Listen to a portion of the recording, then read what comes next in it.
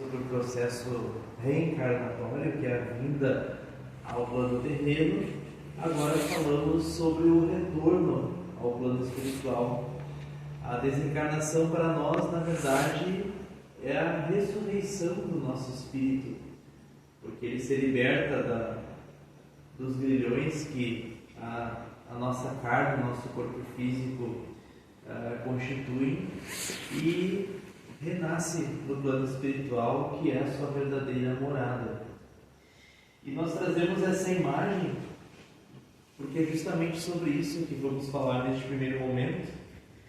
E nisso eu trago o prefácio aqui da obra No Mundo Maior, psicografia de Francisco Cândido Xavier, onde Emmanuel nos fala o seguinte: na jornada evolutiva, dos 4 cantos da terra, diariamente partem viajores humanos, aos milhares, demandando o país da morte. Vão-se de ilustres centros da cultura europeia, de tumultuárias cidades americanas, de velhos círculos asiáticos, de ásperos climas africanos. Procedem das metrópoles, das vilas, dos campos. Raros viveram nos montes da sublimação, vinculados aos deveres nobilitantes. A maioria constitui-se de menores de espírito, em luta pela outorga de títulos que lhes exaltem a personalidade. Não chegaram a ser homens completos. Atravessaram o mare magnum da humanidade em contínua experimentação. Muita vez acomodaram-se com os vícios de toda sorte, demorando voluntariamente nos trilhos da insensatez.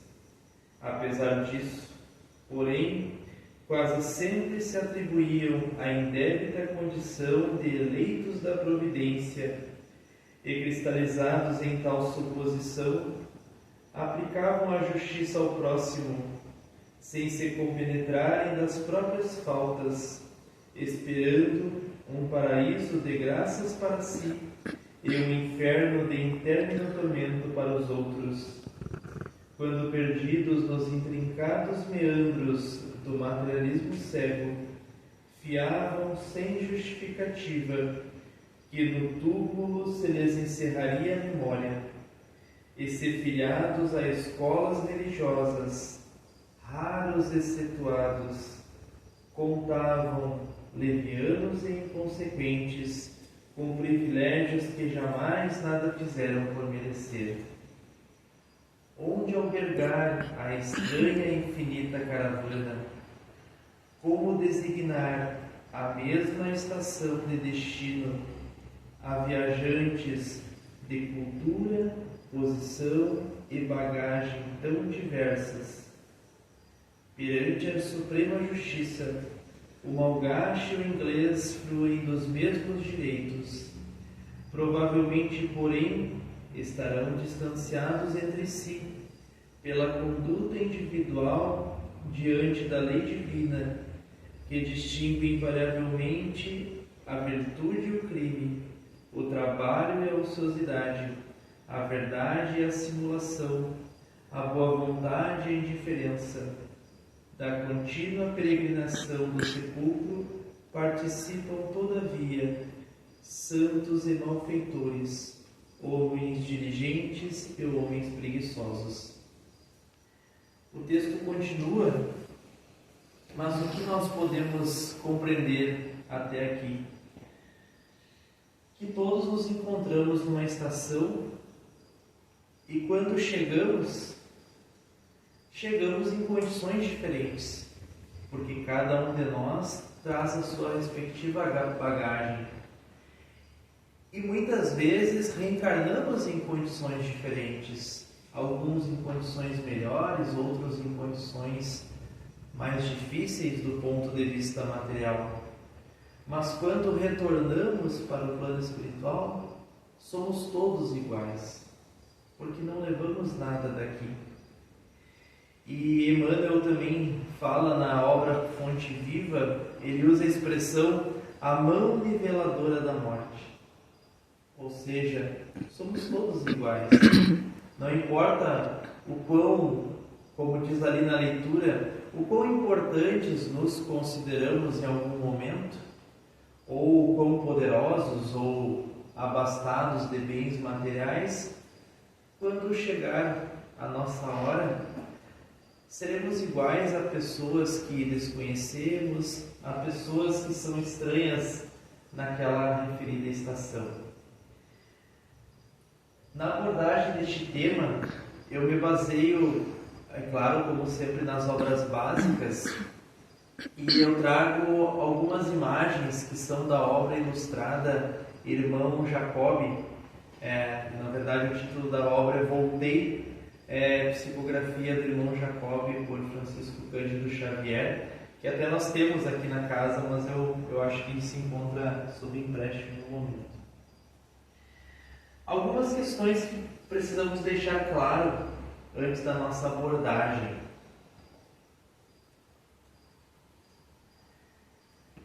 É uma dúvida que geralmente nós espíritas temos, que pode nos vir à mente que, em alguns casos, quando a pessoa se encontra em estado terminal, provavelmente o espírito ali já se encontra desprendido do corpo. Mas nós trazemos o conhecimento de Kardec, da obra Gênese, que já é bastante difundido entre nós, que diz o seguinte: não é a partida do espírito que causa a morte do corpo, mas a morte do corpo que causa a partida do espírito. Da mesma forma, quando reencarnamos, o nosso espírito só vai se ligar àquele embrião quando aquela massa de células se encontra devidamente fundamentada. Da mesma forma, para o nosso espírito se desligar do nosso corpo físico, a vida orgânica das nossas células precisa exaurir-se.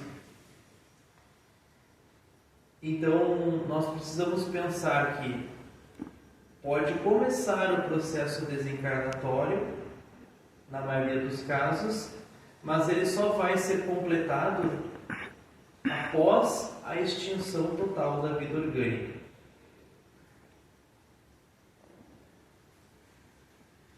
Quando chegamos ao plano espiritual, provavelmente vamos guardar a forma fisionômica da nossa presente encarnação.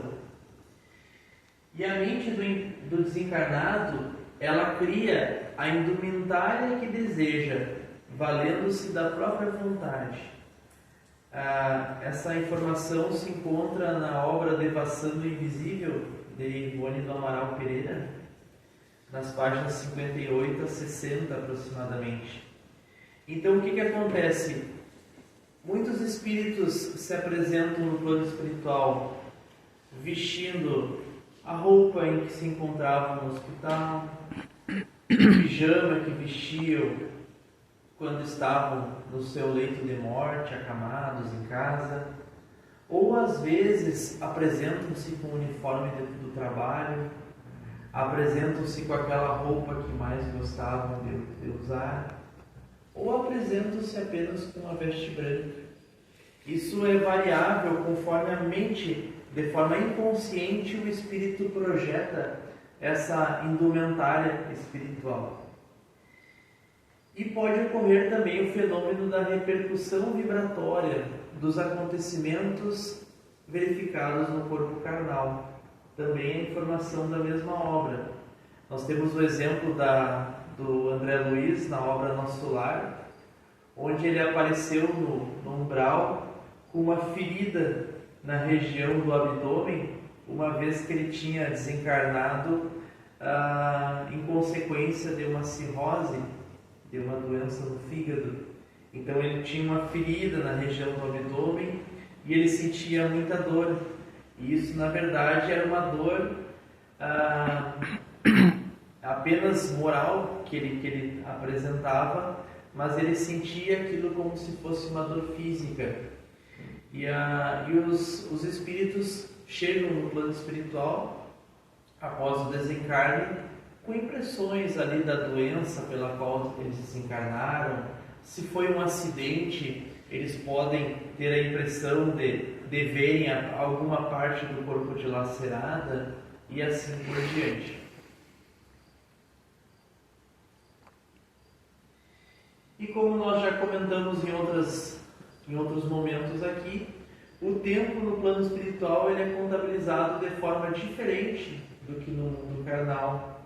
É um pouco complicado de nós compreendermos, mas nós precisamos entender que da seguinte forma: como no plano espiritual não há a matéria densa que nós temos aqui na Terra, o tempo ele flui de maneira muito mais rápida.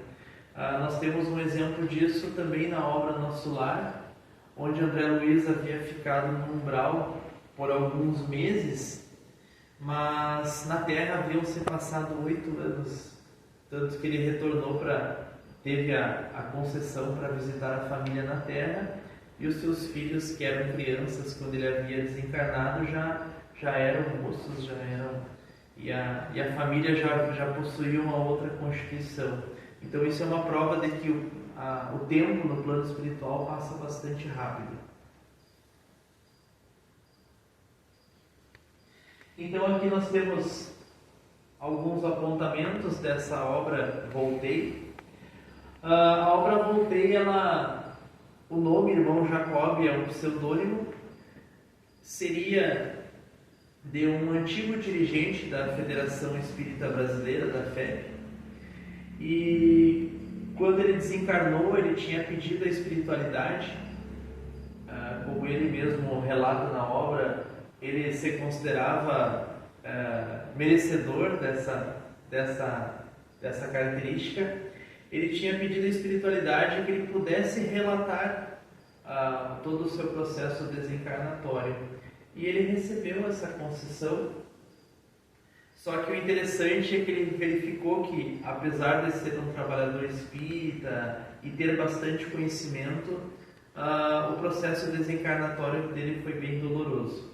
Então nós trazemos alguns apontamentos, algumas informações que são genéricas, que servem para todas as formas desencarnatórias, claro, excetuando-se processos desencarnatórios cometidos por suicídio, ou pelo uso de drogas, ou por catástrofes naturais, os processos que decorrem da falência do corpo físico.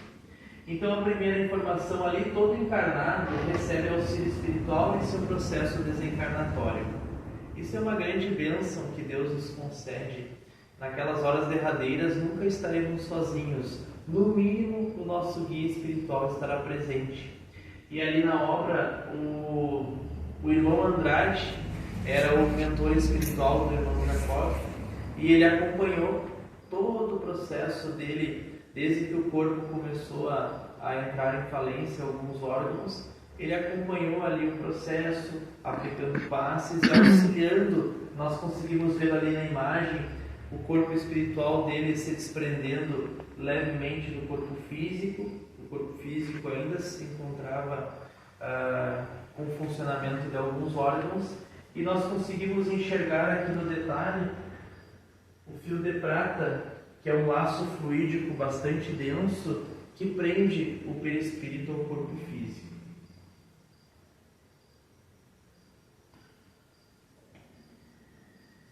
Ideias insignificantes e os mínimos atos realizados durante a vida surgem nos últimos instantes.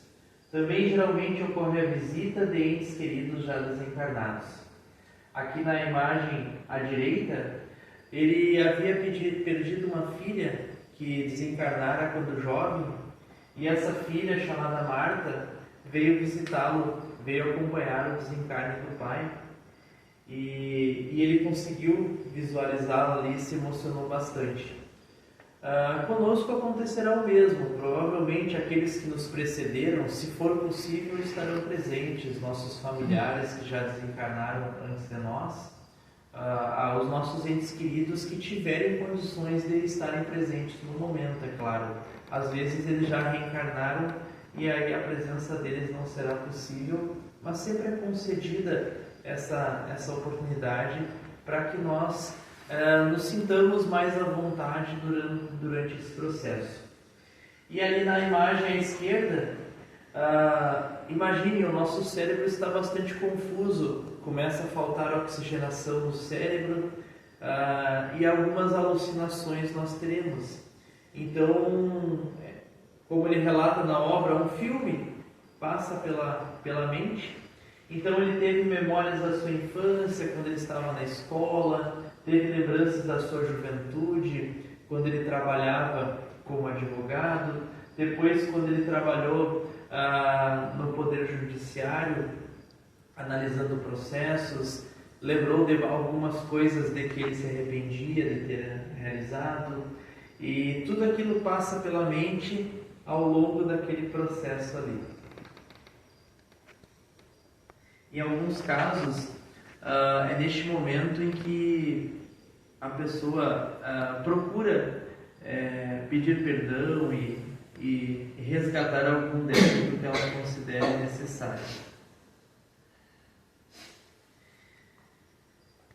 Às vezes, quando é possível, de acordo com o desprendimento do espírito, ele pode ver o próprio corpo, que é o que a gente chama de duplicata, e ali novamente nós vemos o fio prateado que une o perispírito ao corpo. Então ali continua o irmão Andrade aplicando o passe, realizando ali lentamente o processo de separação entre o corpo físico e espiritual, e a filha ali do nosso irmão acompanhando o processo. Para nós parece estranho, talvez, que seja necessário tanto trabalho empregado ali pelos benfeitores espirituais, mas é que na verdade nós não temos noção do nosso apego aos bens terrenos. O nosso apego aos nossos familiares, aos bens terrenos é tão grande que isso atrapalha e muito o nosso desprendimento.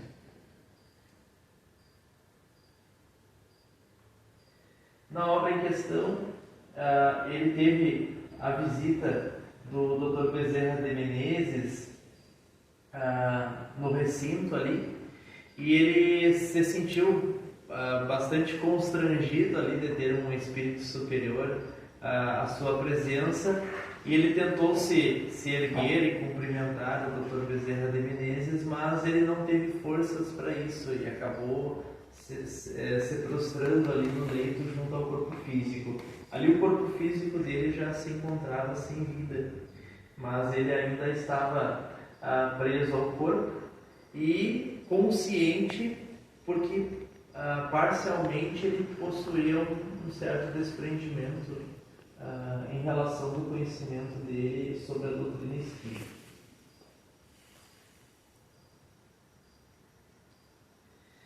Em alguns casos, meus irmãos, quando o desprendimento do corpo físico se torna bastante moroso, é necessária a energia de outros ambientes para auxiliar no processo. Então são utilizadas energias da natureza, e na obra em questão, o perispírito daquele irmão foi levado até a praia, como ele se encontrava no Rio de Janeiro, foi levado até a praia porque o magnetismo do mar ele é bastante revigorante para os espíritos. Então aquilo auxiliou, o magnetismo das correntes marítimas auxiliou para que ele reorganizasse os seus pensamentos e se desligasse daquilo que o prendiam à terra. E ali nós enxergamos ainda, o cordão prateado ligado lá no corpo físico que estava desencarnado, estava sem vida, na residência dele. Depois ele retorna para a sua residência, A obra foi publicada em 1948, naquela época os velórios, os funerais eram realizados na residência da pessoa, E ali se encontravam os familiares, e nós percebemos algumas entidades desencarnadas. Inclusive na obra ele comenta que, dependendo da situação, em certos velórios encontram-se mais entidades desencarnadas do que encarnados. Às vezes, entes queridos, afetos ali do morto, se podemos dizer assim, mas muitas vezes desafetos da pessoa que acaba de desencarnar. E ele ali encontrava-se ligado ao corpo, ainda como nós percebemos na imagem, amparado pela filha. E a situação que mais fica marcante ali é sobre os comentários. Eu coloquei ali, todo pensamento e comentário deve ser edificante. Todos nós temos aqui, experiências quando a gente vai num funeral, nós chegamos lá, às vezes o que mais tem é conversa. As pessoas ficam falando, comentando sobre a vida daquele que acaba de desencarnar, ficam exaltando qualidades ou até colocando ali, expondo algum considerado defeito da pessoa, e isso tudo perturba o espírito que muitas vezes está acompanhando de forma consciente ou inconsciente o processo desencarnatório. Então ele ficou bastante constrangido que, inclusive, na ocasião, tinha alguns familiares comentando sobre as despesas do velório. Então ele ficou um pouco constrangido em relação a isso. E também surgiram entidades que ele havia doutrinado no centro espírita em que ele trabalhava. Então apareceram duas entidades que ali estão na imagem, que não conseguiam percebê-lo porque eles estavam numa faixa vibratória inferior, e um deles comentava: aquele ali é o Jacob, aquele que nos doutrinou uma vez lá naquela casa espírita.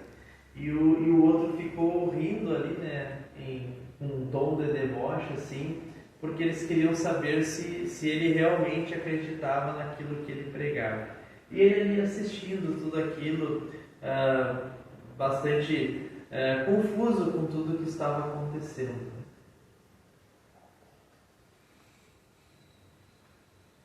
Aqui o que realmente deveria acontecer em todo funeral. Ali um carro de amigos que se dirigia para o cemitério, para o sepultamento do corpo, e onde aqueles amigos todos estavam em oração. Então aqueles círculos luminosos que chegavam até o peito dele ali, que trouxeram energias revigorantes para ele, eram de pessoas que realmente estavam ali com interesse fraterno em relação ao seu espírito, e se mantinha em oração, pensamento edificante, desejando coisas boas para ele. Aquele foi o momento em que ele realmente conseguiu se sentir bem.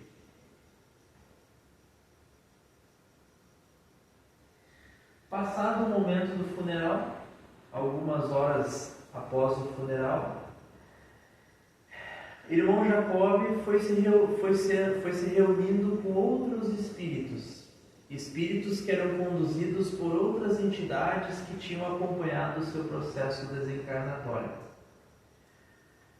Esses espíritos, seguidos pelo Dr. Bezerra de Menezes e outros benfeitores espirituais, seguiam numa forma de caravana. Alguns desses espíritos já se encontravam desencarnados há alguns dias, mas todos eles foram sendo reunidos para serem levados até uma estação espiritual, que é o que acontece com todos nós. Quando desencarnamos, assim que tomamos consciência de que não pertencemos mais ao corpo físico, geralmente somos convidados a ir para uma estação transitória. Nessa estação transitória, ficaremos ali por um tempo e depois seremos liberados de acordo com o nosso livre-arbítrio, ou podemos ser direcionados para uma colônia espiritual, que são as cidades espirituais. Se não temos interesse, se estivermos presos à nossa casa, aos nossos bens materiais, ou aos nossos familiares, ou a alguma questão nossa mal resolvida, seremos liberados e voltaremos. Muitos espíritos retornam para o local de trabalho, tentam retornar para casa para ver o dinheiro que ficou guardado, o que fizeram com seus bens, querem rever a família, e nesse processo eles ficam vagando. A maioria não reencontra mais o seu lar e fica vagando por aí, que são os espíritos errantes, como nós conhecemos. No caso ali do nosso irmão, daqueles irmãos que aparecem na imagem, todos eles ali ladeados pelo seu mentor espiritual, foram conduzidos para uma estação transitória. E o interessante da história é que eles eram conduzidos por uma rota específica, não era por qualquer rota, e essa rota ela passava por entre regiões onde existiam espíritos sofredores, espíritos que se entregaram a processos obsessivos, que se entregaram às paixões terrenas mais debilitantes, cuja forma, como ele narra na obra, se afigurava a criaturas lá da mitologia grega ou até piores do que isso. Criaturas com aspecto horrendo e que nem sons produziam direito, apenas grunhidos. E nesse momento o Dr. Bezerra pediu que eles se mantivessem em oração e com um pensamento elevado para que não fossem atraídos para isso. E aconteceu uma situação interessante, onde no meio lá dessa fileira de recém-desencarnados, tinha o arrependimento de algo, de um crime que ele havia cometido durante a última encarnação, e ele quase que foi atraído por aquelas entidades, mas o Dr. Bezerra acalmou ele e deixou claro que ele havia sim cometido um crime bastante grave na Terra, mas os últimos 30 anos da sua última encarnação, ele havia se dedicado a inúmeras causas nobres e tinha compensado em parte aquele débito. Então ele seguiu com aquela caravana.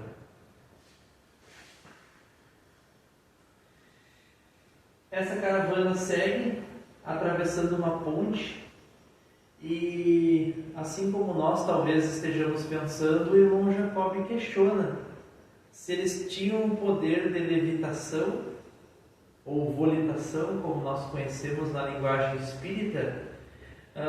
Por que eles precisavam andar por aquele caminho e justamente atravessar uma ponte? Por que existia aquela ponte? Aquela ponte que do outro lado existiam luzes muito fortes, aquelas luzes vinham dessa estação transitória ou desta colônia para onde eles estavam sendo direcionados.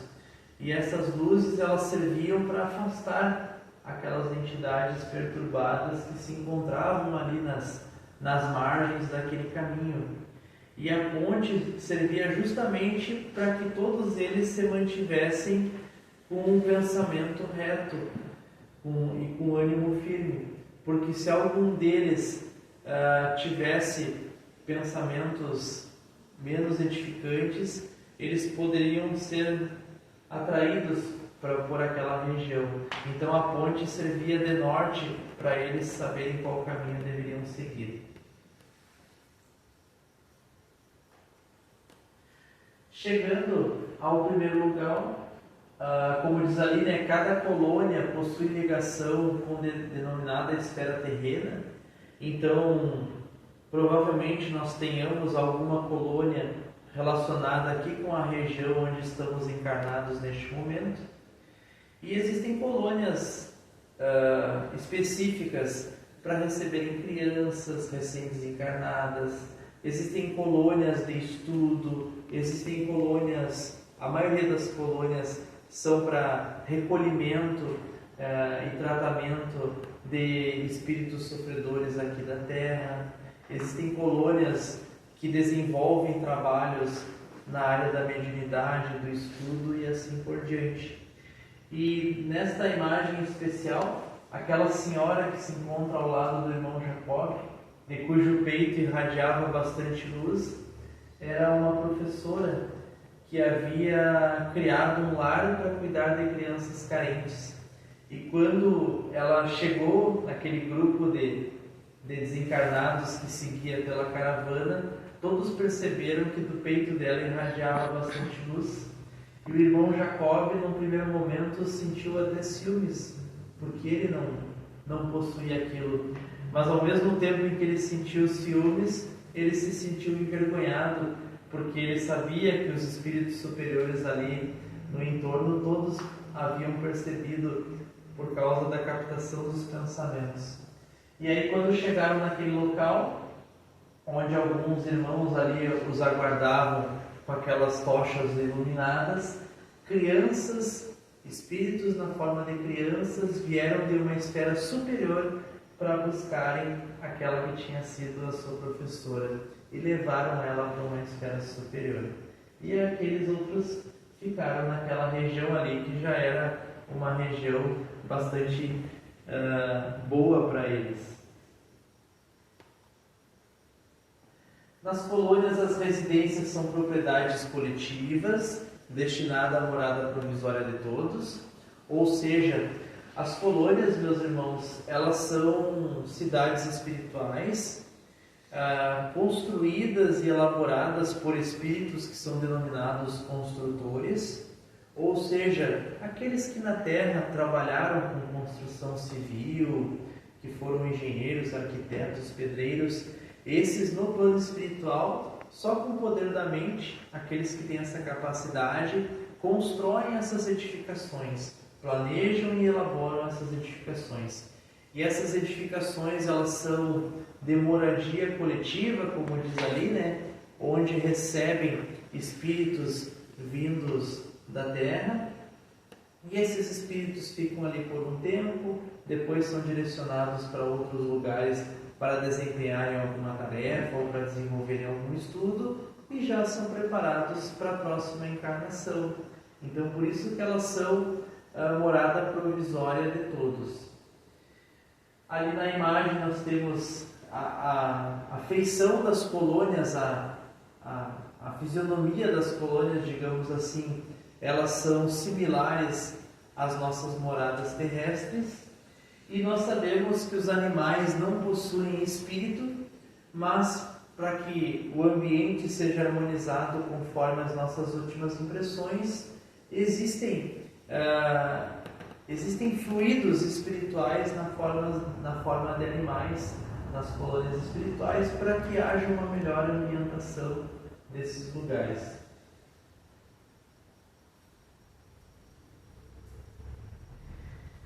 Então, cada colônia tem mais ou menos o seu design, a sua forma de desenvolvimento. Por exemplo, o nosso lar, como a gente sabe, o formato dela é da estrela de Davi, né? Porque ela teria uma ligação, a colônia do nosso lar, com os judeus. Isso está relatado na obra. Aquela colônia ali tem retratada na imagem, ela tem uma outra configuração. E dentro das residências, elas são ornamentadas conforme a imagem daqueles espíritos que vão ali habitando no momento. Então, quando o irmão Jacob chegou no local, ele viu que ali haviam quadros nas paredes com imagens, com fotografias de diferentes pessoas. Mas num dos quadros havia uma foto dele e da sua família. Então já tinha sido elaborado, porque a filha dele, a Marta, que se encontra ali agora, ele conseguia ver a Marta na sua verdadeira forma espiritual, não apenas numa forma vaporosa. Ela já havia decorado o local para esperar aquele pai. E o interessante é que ele reencontrou, né, os novos moradores. Eles são acolhidos ou por entes queridos já desencarnados anteriormente, ou por espíritos afins. E ali na imagem ele reencontrou uma senhora que para ele passava uma imagem muito boa de uma pessoa muito próxima, mas de que ele não se lembrava. Ela era chamada de Mãe Frida, e ela tinha sido benfeitora dele numa encarnação anterior. E aí ela estava ali para recebê-lo e cuidar dele naqueles primeiros dias ali do processo desencarnatório.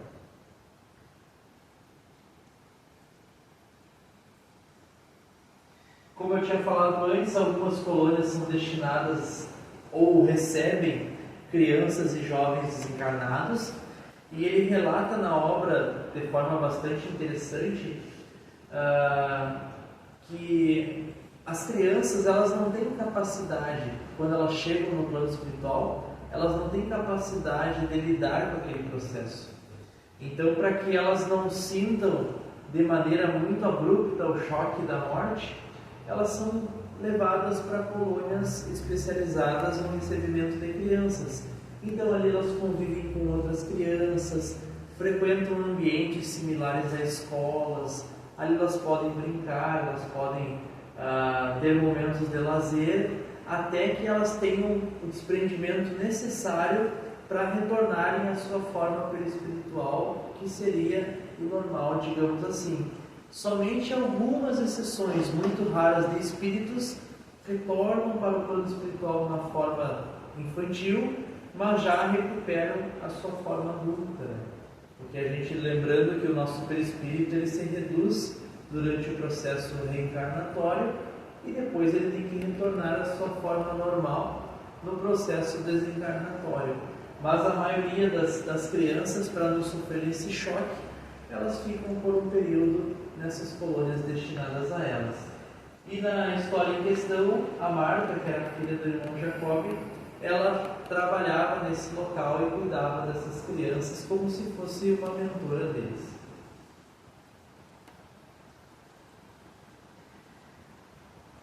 Nós sabemos que, passado um tempo no plano espiritual, nós teremos a oportunidade, a concessão de retornarmos à Terra. Só que isso é permitido somente quando o espírito possui condições psíquicas. E mesmo que tenhamos condições, nos sintamos em condições, ainda assim iremos amparados pelos benfeitores espirituais. Nós temos uma lembrança da obra Memórias do Suicida, em que o espírito passou anos naquela colônia lá no Vale dos Suicidas, e ele se preparou para vir à Terra e visitar a sua família.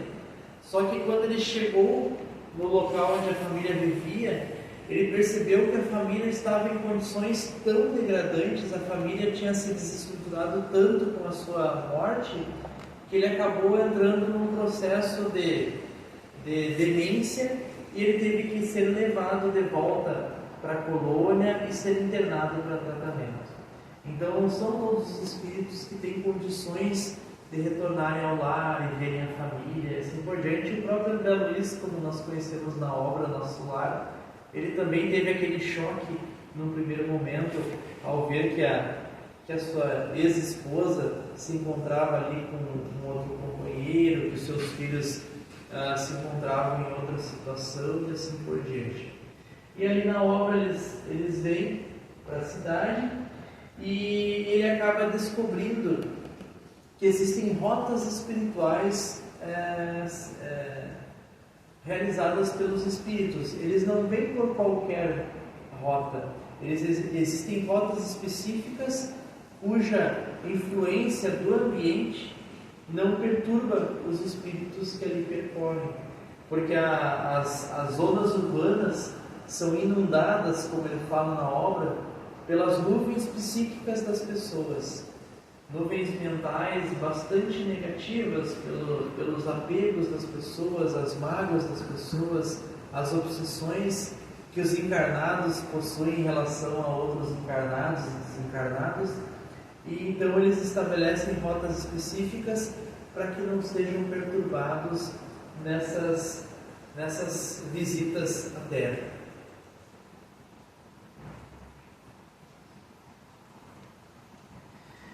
Quando os espíritos são presos aos laços materiais por motivos diversos ou motivos bastante importantes, eles são atendidos em diversas instituições, em especial nas casas espíritas. É claro que eles podem ser atendidos em outros locais, em outras denominações religiosas, mas nas casas espíritas, na maioria das vezes, eles conseguem receber a orientação de que eles necessitam.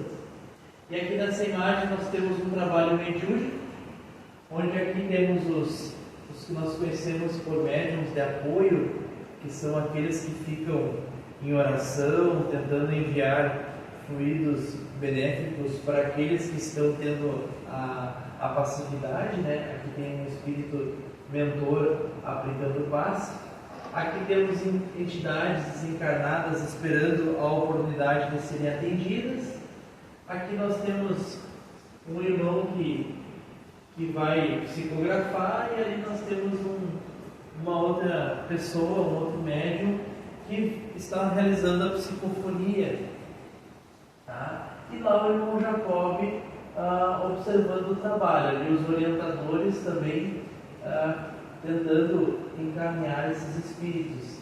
E o interessante dessa parte é que ele foi reconhecido pelas entidades sofredoras, e as entidades sofredoras ficaram rindo dele, porque os espíritos, quando são elevados, eles irradiam luz na região do peito.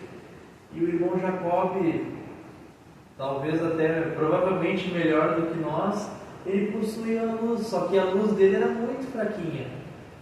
Como diz o Haroldo Dutra Dias, né? Era uma lâmpadazinha de LED, né? E aí os espíritos começaram a debochar dele. Ficaram, olha, a luz dele é tão fraquinha, e ele se achava tão importante, né? Imagine nós, né? Nós não vai sair nada aqui, né? E aí, após, né, o nosso preparo no plano espiritual, após os nossos estudos, após revermos todas as situações que nós tivemos na última jornada terrena, nós vamos nos preparar para uma nova jornada, uma nova oportunidade reencarnatória. Aqui na história ele participa ali de uma assembleia, onde diversos espíritos estão se preparando para reencarnar, e ele recebe, claro, né, ali na imagem é Caibar Schutel, que foi um espírita brasileiro bastante eminente. Ele surge de uma esfera superior para parabenizá-lo por todo o resgate que ele fez. Ele chegou ao plano espiritual, percebeu que ele tinha muitos débitos e não era tão bom assim quanto se considerava, mas ele lutou contra as suas próprias imperfeições e conseguiu se recuperar em pouco tempo, assim como fez o André Luiz também no nosso lar, que a gente conhece a história. Então, mais ou menos toda essa trajetória aí que o Espírito passa, todos nós passaremos também. Talvez de forma um pouco inconsciente, de acordo, se estivermos muito apegados aos nossos bens materiais, nos tomaremos consciência apenas quando já estivermos sendo conduzidos pelos benfeitores espirituais, né? Não acompanharemos totalmente o processo desencarnatório como o nosso irmão Jacob ali. Mas o mais importante é que saibamos, né, a partir do momento em que estivermos desprendidos do corpo, saibamos o que nós precisamos fazer.